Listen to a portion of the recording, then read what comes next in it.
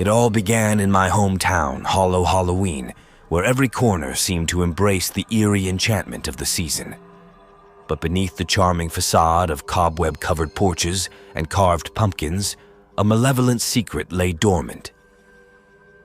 Deep in the woods that bordered our town, there was an ancient, dilapidated shack, a place whispered about by townsfolk in hushed tones. It was said to be the dwelling of an eccentric woman named Eudora Blackwood, who, in her eccentricity, had dabbled in the dark arts. Eudora was known for her peculiar fascination with Halloween and her creations of unsettling masks and effigies. One chilling October night, I found myself inexplicably drawn to the shack, as if an otherworldly force guided me there. The air grew colder and denser as I approached, and the shack's door creaked open as if it had a mind of its own. Inside, I discovered an array of masks and oddities, the very essence of Halloween's darkest aspects. Among these macabre treasures, I came upon a mask, a creation so bizarre and grotesque that it seemed to call to me with an irresistible, eerie charm. It was Eudora's masterpiece, and its malevolent allure was undeniable. I felt compelled to put it on, and the moment I did, I felt a shift in the very air around me. This mask, as I would later learn, was cursed, imbued with a vengeful spirit that had been bound to it by Eudora herself. It was said that Eudora's obsession with Halloween had led her to make a pact with the spirits of the underworld, and the mask was a vessel for their dark energy. Under the mask's influence, I found myself possessed by an insatiable need for revenge against those who had wronged me in the past. It was as if the vengeful spirits from the underworld had awakened within me, and their thirst for retribution was unquenchable. My actions during that Halloween night became a harrowing descent into darkness. I carried out acts of vengeance on those I believed had crossed me, but the malevolent energy of the mask only intensified. The town descended into chaos as my vengeful spree continued, and the fear that gripped the townsfolk was palpable. Desperate to stop the madness, a group of courageous residents of Hollow Halloween came together, determined to confront the malevolent force that had taken over my being. They sought to remove the mask and break its curse, but the struggle was far from easy. The mask fought back with a supernatural fury that defied the laws of the living. It was as though the vengeful spirits themselves were protecting their vessel, and the shack itself seemed to come alive with a malevolent intent. In the end, through a collective effort, the mask was forcibly removed from my face, and I was freed from its sinister grip. The energy of the vengeful spirits was sealed away, and I was left traumatized, forever marked by the horrors I had committed. The legend of the vengeful mask of Hollow Halloween lived on, serving as a haunting reminder that some obsessions can lead to malevolent pacts, and that some curses are better left undisturbed. The shack in the woods, now sealed and untouched, stood as a grim testament to the malevolence that lurked beneath the surface of the charming town of Hollow Halloween, a reminder that not all masks are meant to be worn, especially when they hide the vengeful spirits of the underworld.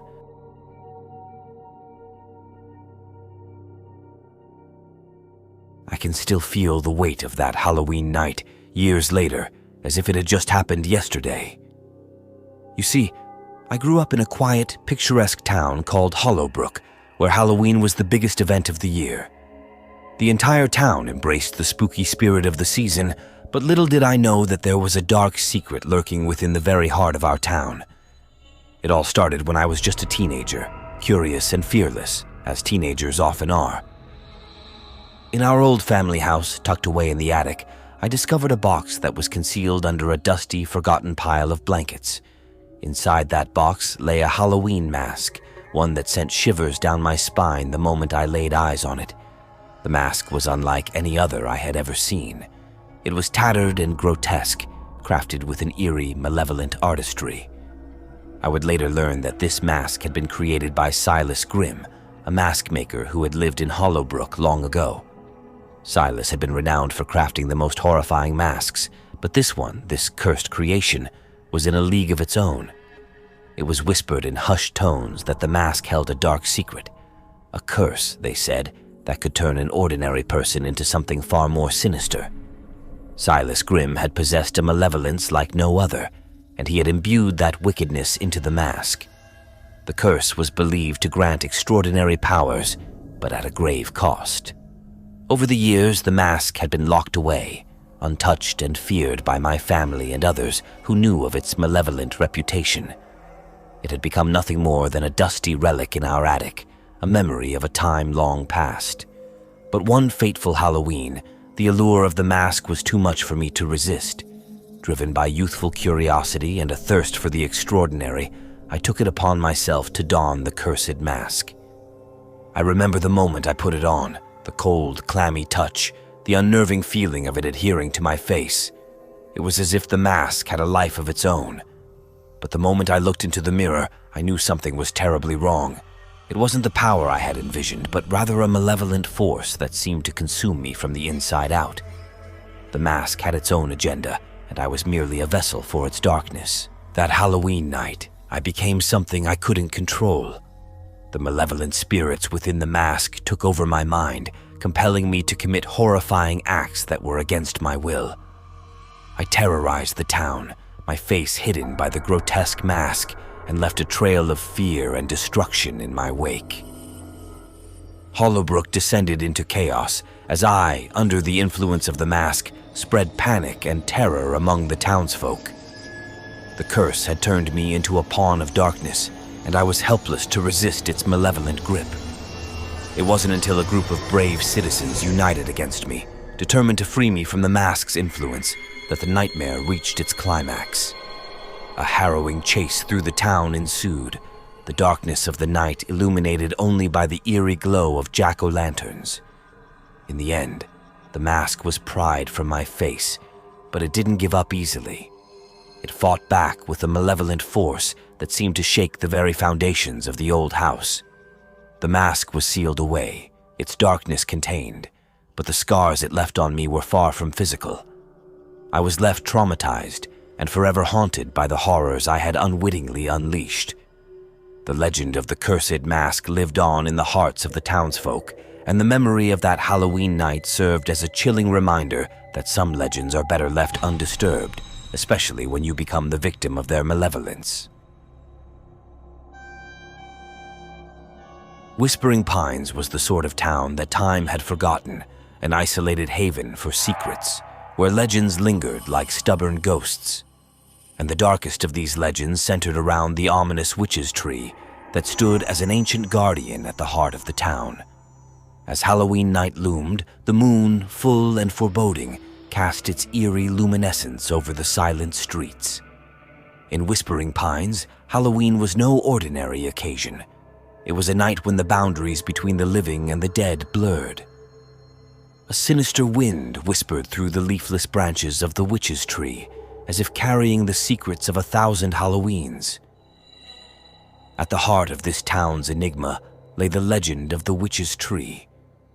It was told that on this night, as the clock struck midnight, a spectral convergence occurred beneath the gnarled branches. The spirits of wronged witches, those who had endured unspeakable injustices in life, emerged from the shadowy undergrowth. Their purpose was nothing short of revenge upon the town that had wronged them. As the fateful Halloween night approached, a group of bold friends decided to put the legend to the test. They gathered beneath the gnarled silhouette of the witch's tree, their hearts pounding and their breath visible in the chill of the evening. The atmosphere was electric with anticipation, a collective feeling that they were on the precipice of something both terrifying and extraordinary. And then it happened. The witching hour arrived, and with it, a bone-chilling coldness descended upon the group. A spectral wind swept through the tree, and eerie incantations whispered from the darkness. It was as though the very air was alive with the power of forgotten spells. From the darkness emerged the spectral figures of the wronged witches, their presence marked by tattered, age-worn attire. The friends stood in awe as the witches began an ethereal, mesmerizing dance. Their movements were an eerie blend of grace and agony, and the friends were spellbound by the uncanny performance unfolding before them. As the dance continued, the emotions of the witches became palpable. their faces twisted with sorrow, revealing the anguish they had endured in life. Each movement seemed to echo with the pain of past injustices, casting a haunting narrative into the still night. The climax of the spectral dance arrived, and the witches' expression shifted from sorrow to wrath. Their eyes blazed with a malevolent fire as they revisited the wrongs done to them in life. The friends, still ensnared by the spell, watched in terror as the witches seemed to channel their collective fury. With a final dramatic flourish, the witches faded into the mist, leaving the friends bewildered and shaken. They had borne witness to a performance that transcended the mortal realm, an eerie saga of vengeance and despair that defied time itself. From that Halloween night forward, the friends knew that Whispering Pines was no ordinary town. It was a place where the boundary between the living and the dead was as thin as gossamer, where ancient wrongs were never truly forgotten. The legend of the witch's tree continued to cast a long, chilling shadow over the town, reminding all who dared to venture out during the witching hour that some secrets were better left undisturbed. And so, every Halloween night, as the clock neared midnight, the town held its breath, and the legend of Whispering Pines persisted, sending shivers down the spines of anyone who dared to wander its enigmatic streets during the haunting hour.